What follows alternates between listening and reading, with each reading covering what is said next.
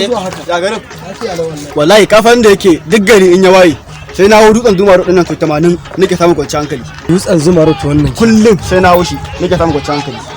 wallahi yanzu ma nan sauri nake yi na makara bari to je saboda ka san na to zo wannan cikin nan amma kai na mai yanzu kai ne ya ga mun sai ka wannan dutsen su 80 kaza ko da salamu alaikum magajin madagol black ya ake me ke faruwa ne to da sauki dai kam wai magajin madagol ne yake ga mun kullun sai ya hau dutsen zuma road su 80 ya sako da gugu wancan zuma road to wannan karam aiki ne wannan dutsen tun muna ɗan ƙananan yara muke ake da darka ake gunguro to su a ƙasa tun muna ƙananan yara muke aiki to wannan sauki ne wannan abu ya zo cikin wajen sauki ni dan gado ne dama ina da layi ni da yanzu da na taba ku sai a zuma road kai ƙarya ne wannan ƙarya ne kuna ganin wasa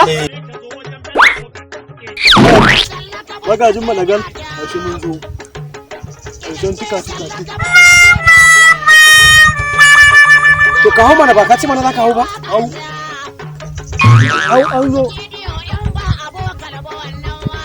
ya na gaba da matakala kukewa ai ko jini ne ba hau ko akwai matakala wallahi akwai matakala wala hau jira wala hau hau hau mana hau